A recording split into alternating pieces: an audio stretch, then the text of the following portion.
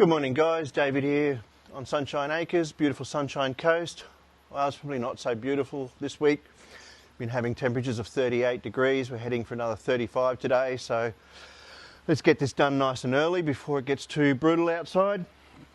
We're going to do our first 20-hour oil service. Some of the things you're going to need is a quality oil. I always recommend the Penrite small engine oil. It has a higher zinc content and it is formulated for these types of small engines. Going to need your Honda oil filter. I don't have a number for you, but in the following weeks I will cross-reference this with a Ryco filter, so you'll have a Z number. We'll do a fuel filter today. I like these clear ones from Repco as well, just so I can see any contaminants in there. We will need a oil filter puller of some sorts. I've gone ahead and bought the 65mm one. You'll see why when we get in there. This just makes it a lot easier. You might be able to get away with one of these old styles. This one's a little bit old. The rubber feet have gone. I've tried putting a bit of hose on there, but you know, 30 years old, she's a bit worn out. This is definitely not going to work. Other things we'll need is a 13mm socket, a Phillips head, probably a couple of shifters, a 10mm socket, a funnel of this sort of size with length so you can get your oil back in, 1.7 litres of oil measured out. We'll need a tub to rinse our air filter out in, and of course a container to catch our oil. If we just have a look down here on our manual, first service every 20 hours and then every 100 hours after that. Manual says over here we've got 1.7 litres of oil with an oil filter, 1.5 without. Later on we might have a look at doing the spark plugs as well, and just checking our spark plug gap. We need a gap of 0.7 to 0.8. I have noticed that the Honda doesn't take the standard BP5 RES. It has its own part number, which I'll add into the description later for you. So without wasting too much time, let's just get stuck straight into it. Just clear our space over.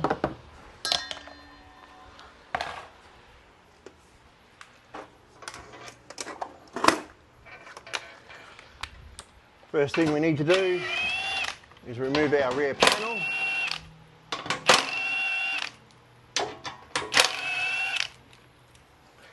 They have actually thought about this, and luckily you can still get at the bottom.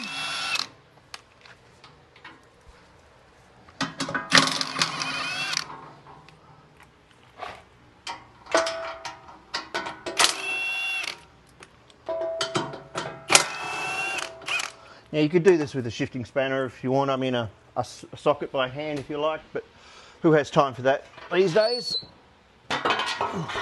Lift our guard out. There is a screw over here, just when you're removing it, it can get caught up here. So you kind of just bring it out like so.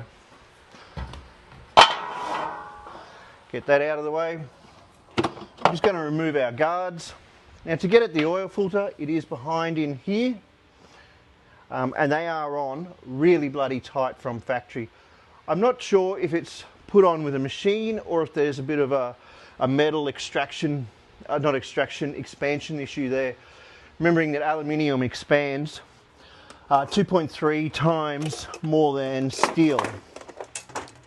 So if it's put on perhaps when it's really cold in the factory, I suspect as the machine warms up that might be part of the problem.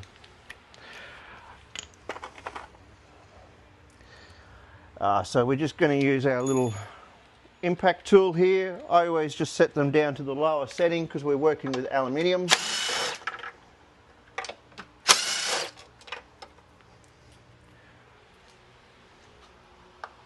You want to run your engine, you want to get it warm. You don't need it super hot so you burn yourself, just enough so that the oil is flowing.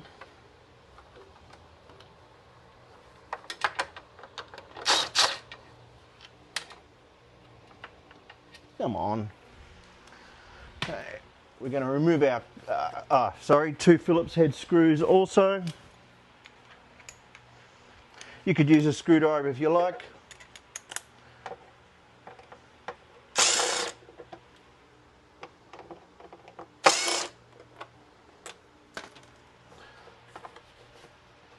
And we're just going to remove our cover there. This little hook here goes over the fuel line.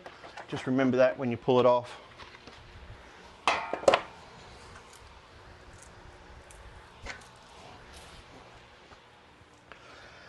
Next, we need to remove this guard on the side here to access our oil filter. Now, you can't really see, you might be able to see through in here. There's a screw in the side here of the guard, about here. You can feel it. I'm not sure if you can, yeah, you won't be able to see that. Maybe if you get up in through that gap there, you can kind of see.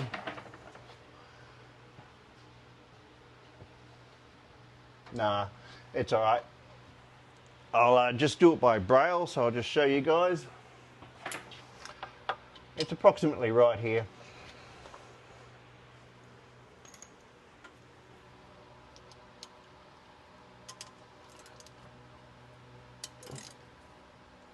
Oops, we're tightening that.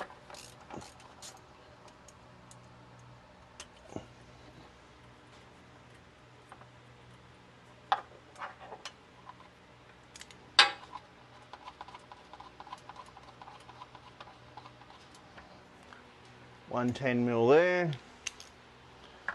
and our 10mm up here.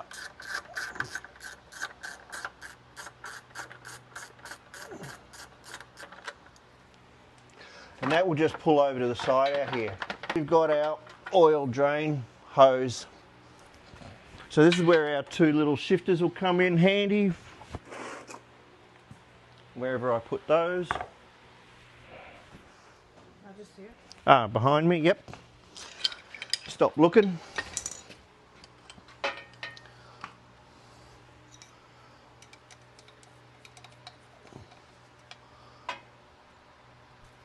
That one's on pretty bloody tight. Okay, so once you've got it loosened, you can feed it back through the little chassis hole here. Move your oil drain pan in under like so, and just simply unscrew it and let it do its thing. That'll take a few minutes to drain. I like to let it drain a bit before I attack the oil filter. While I'm letting that drain, I'm going to have a little look here and see how we do go about that. I'll just tuck our fuel line up out of the way. So again, we probably don't have to remove this all the way. I like to cut down a milk carton here, just so it can slide in underneath and we can catch that if we need to.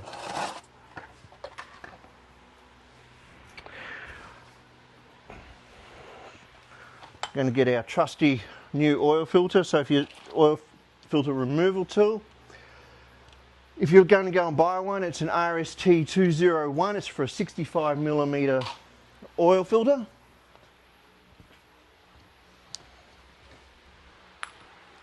Nope.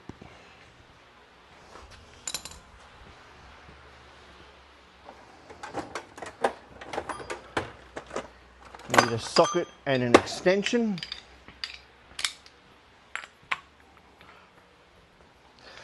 Now, you might have some really ridiculous grip strength and have the ability to actually get that to turn. I can't. You might already have one of these. It might go in there for you. For me, it's just not worth the hassle. For about $19, you can pick one of these up.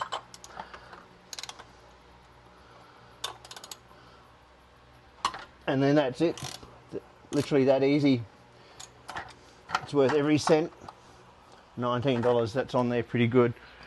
So let's just wait for that to continue to drain.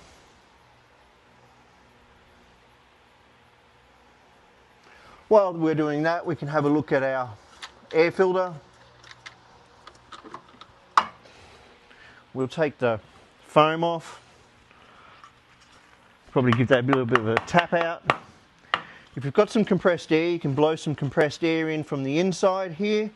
I often use my cordless blower as well. And I just blow it out like so. Now the foam would be a bit oily and a bit contaminated, so I like to grab a container,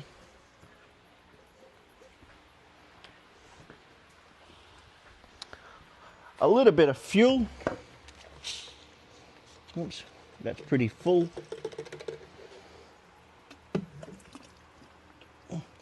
Don't need much. Yes, I should have some gloves on, but life's too short for gloves. And we're just going to soak our filter and give it a bit of a wash out.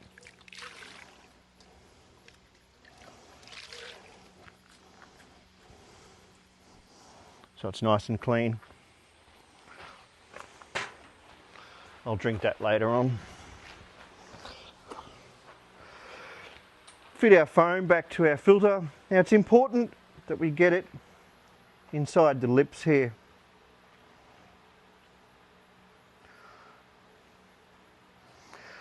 Or else the dust will suck in around there and your paper filter will be doing an exceptional amount of work. The foam filter is to catch the big stuff, and it's the primary filter source and the paper is the secondary. So that's just nice and neat in there. If it's particularly dusty, I'll take a rag and I'll give that a clean out in there along with the insider here. And I'll probably just sit that back there so that I don't accidentally drop anything down inside that carburetor. Just a little precaution. Most of our oil appears to have been finished now. We're just going to let that continue on while we remove this filter. Now that's loose enough to do by hand. We're just going to get our little guy in here and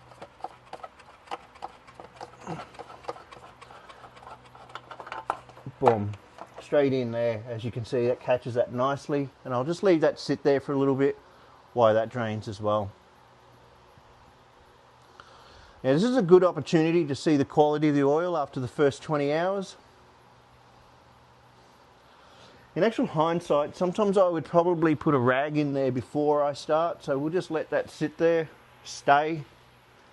So it's all but stopped now. And I'll just put this in here to catch any extras that might just fall out. So a quick little inspection. I mean, I probably should have cleaned this out. Oil's a little dirty. That's about what I would expect for it to be, a running in oil. First 20 hours, I'm not unhappy with that.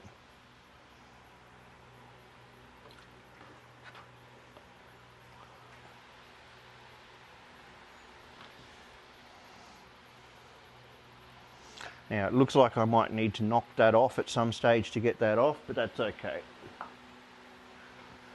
So we'll take our new oil filter. Now some people say you don't need to pre-fill. We can have this argument all day. I like to just put 50 mils in there, just enough to soak up the paper. Not a lot. That's probably all.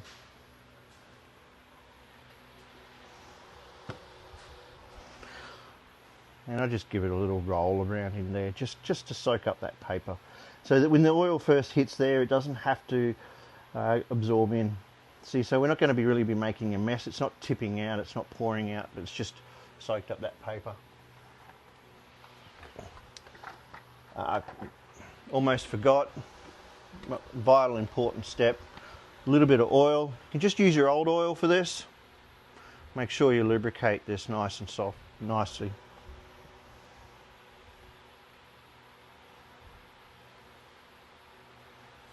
And wipe it on your clothes, of course. Don't tell your wife.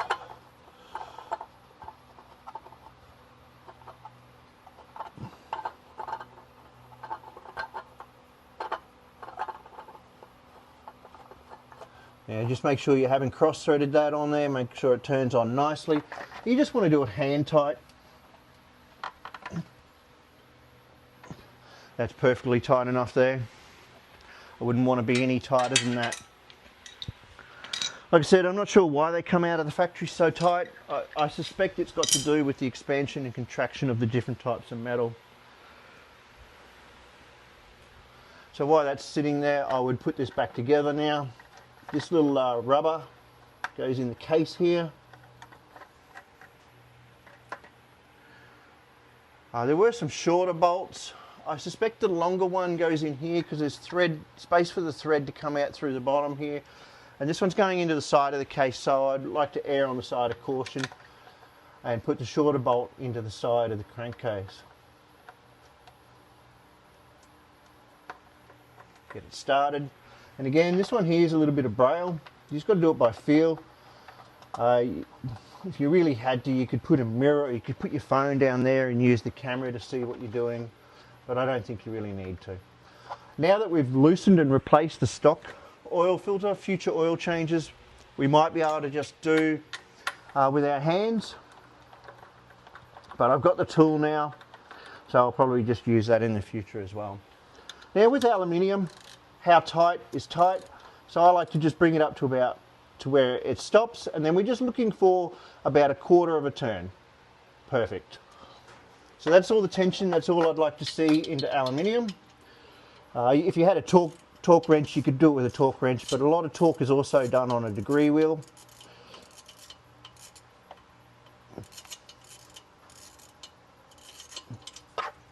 Let's just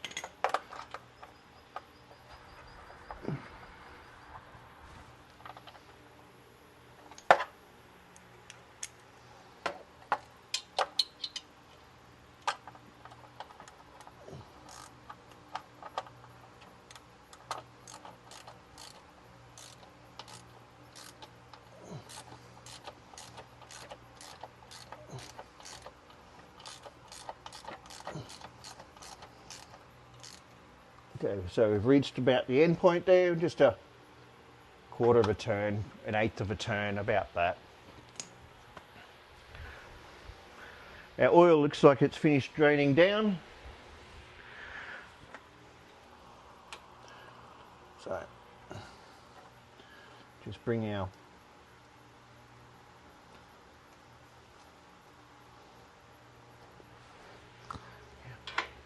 going to use our 2 shifters again. If you wanted to, you could use a couple of ring spanners. I didn't want to really go and find out what size it was. This is a tapered thread in here with like a hydraulic fitting, so a lot of pressure is not super needed in there, and just position it back there. So we're pretty much ready to put our oil back in. Move our old oil out of the way so you don't stand in it. Ask me how I know. Alright, so filling it back up is a bit of a pain in the ass. I like this filter from Supercheap, Repco, whoever has them. They're about $3. Sometimes I cut the end off if I don't have the oil drain hose. That allows it to kind of sit up in there on an angle. Other funnels, like this one, don't really work because by the time they go in there, you're getting oil trapped in the funnel part.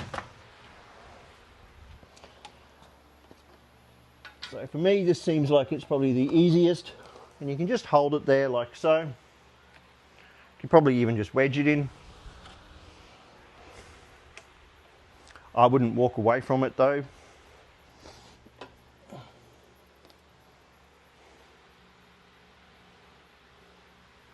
And we just gently pour the oil in.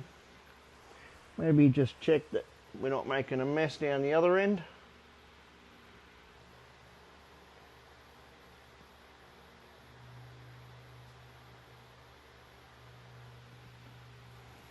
Okay, we'll just let that run down for a little while.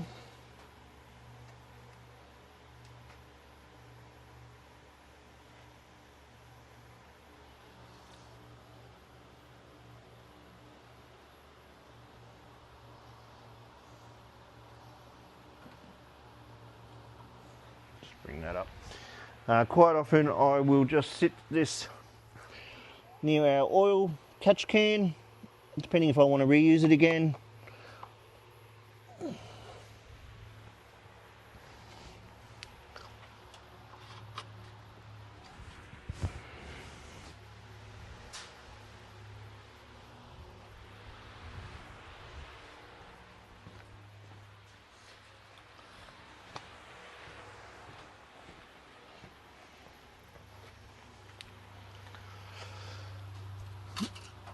Now, as usual, the dipstick on these things is near on impossible to get out. You've actually got to feed the top of the dipstick up through the hoses in there.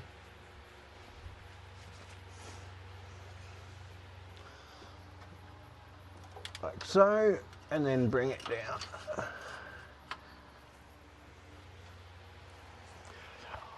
On these machines, you check the oil with the dipstick inserted all the way in. On the Kawasaki and other models, you just sit the dipstick on top. So you can have a 5mm difference in the reading depending on how the dipstick's positioned. But on these guys, I'd like to see it all the way in.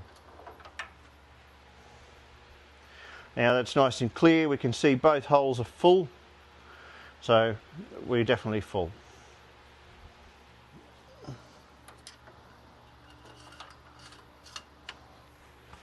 We can just give that a little start.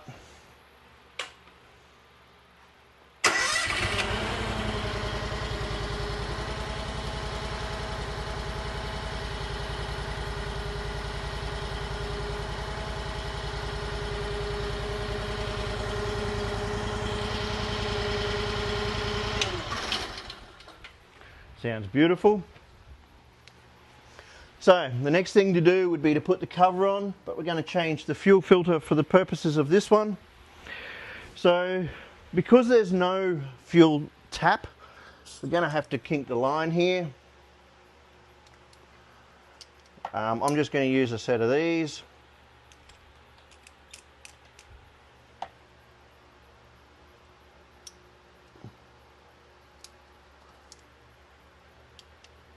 You don't want to damage the fuel line, you just want to kink it off a bit, so that's probably about right there.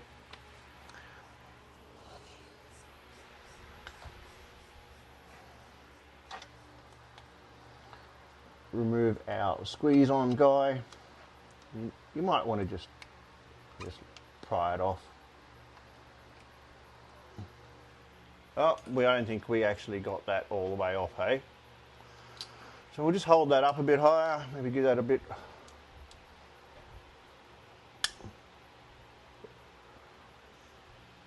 There we go, we've kinked it off now. So I like to use a socket on these guys. I think it's a 7mm. Yes, it is.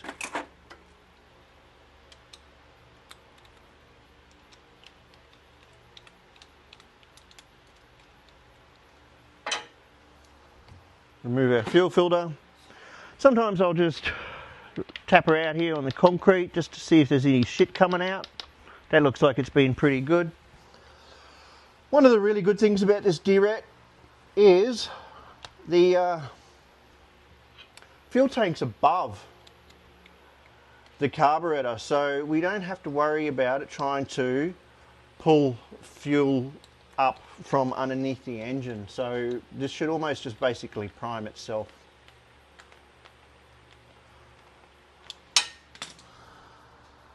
Bring out a smaller line on.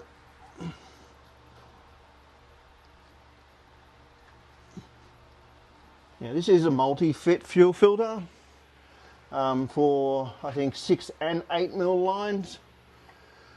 So probably not super necessary. Just make sure you haven't damaged that fuel line. Alright, and that's it. It's as simple as that for changing your fuel filter. Alright, you can turn that if it's a little bit twisted. So we'll just give this a little start up. And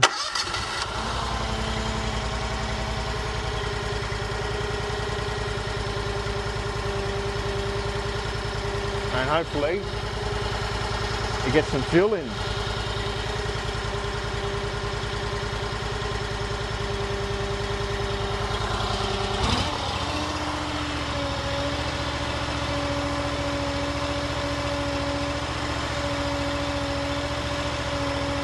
she goes.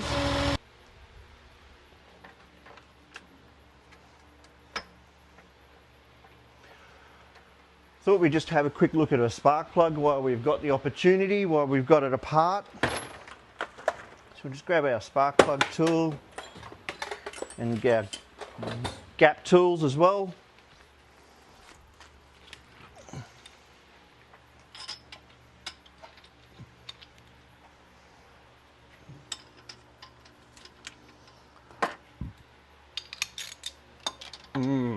I wonder if I have a shorter extension.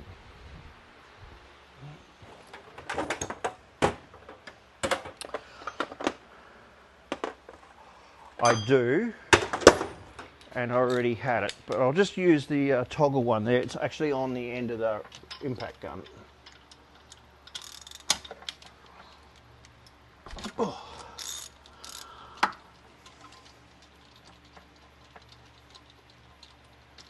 So what we're looking for here on our spark plug is the colour, to see if we're getting a good burn. The grey there is alright. I think that might actually have been running a little bit rich at some stage. In another video we're going to remove the carburetor and show you how to adjust the fuel air mix. But the white up here is alright. Like this darker colour could have been because I just had it running at idle. It's not too bad. These here look alright, but yeah, this excess colour in here makes me feel as though at some stage it does run a little bit rich, which is what I have noticed. The gap is 7 to 8 millimeters, so we find our 7 millimeter, and that's pretty much perfect. Could be a little bit big. Where's our 8? Or 0.32 if you're on the other guy. So yeah, that's between 7 and 8. I'm really happy with that. I don't think there's a need to pull the other plug out. I just want to check that the gap was right from factory and have a quick look at the colour. Again, you're going into an aluminium head here, so please just take your time, don't rush it, don't make sure you don't have it cross-threaded.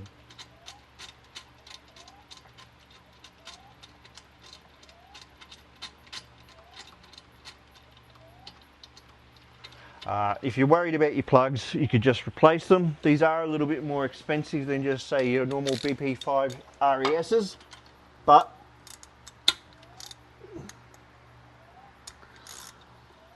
and they should be good for 100 hours. So again, just bring it up, and I only want to see 1/8 of a turn there. I don't want to see these in super tight.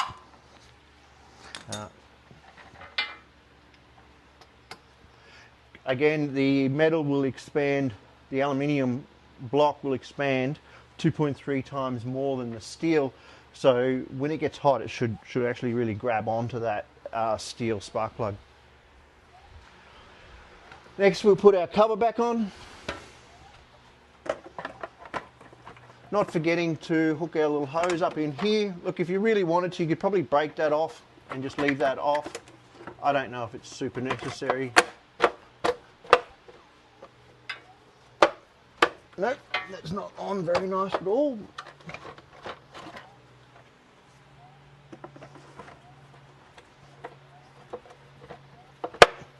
There we go, clipped into place.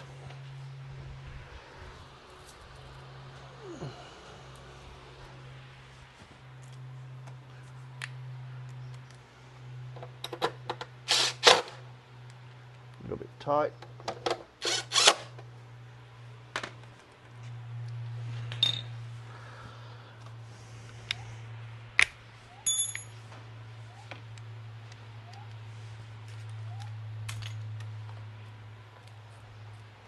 Probably should start these by hand again.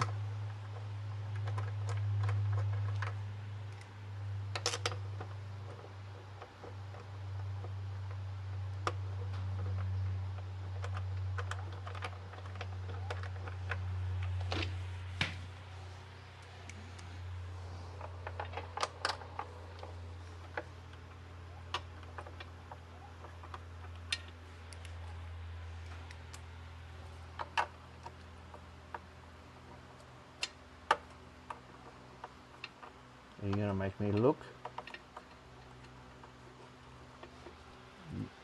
Yes, you are going to make me look under there.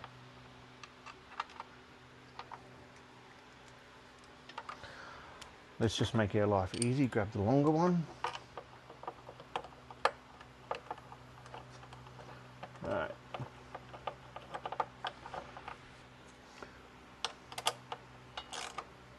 So again, just about an eighth of a turn, I would suspect, is probably about good for aluminium. So just boom.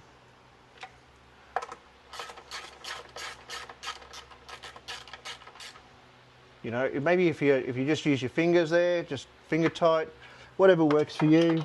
I like to work on the degree.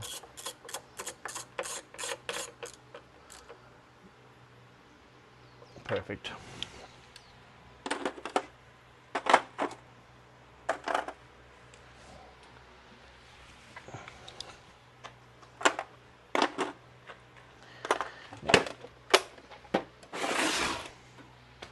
Okay.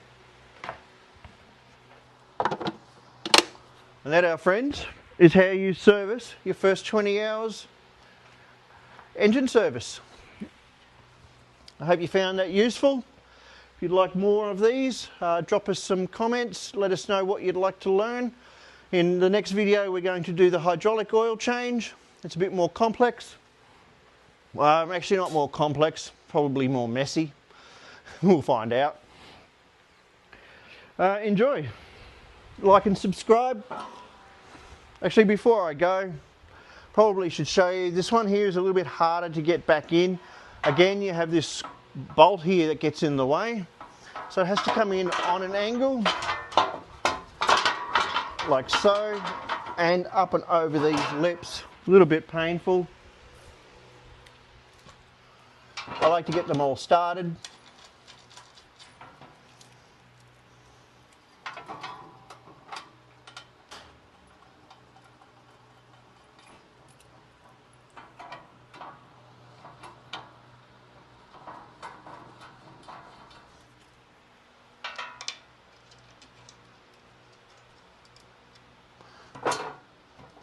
That one's a little bit tight.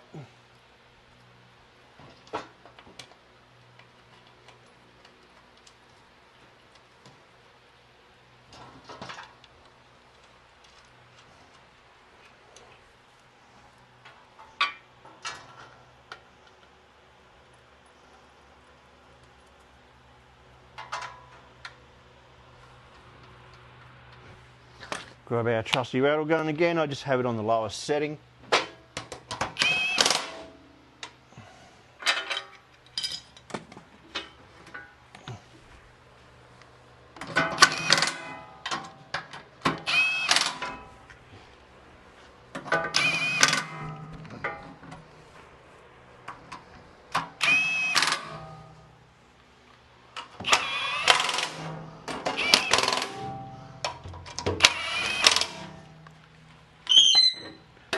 Job done.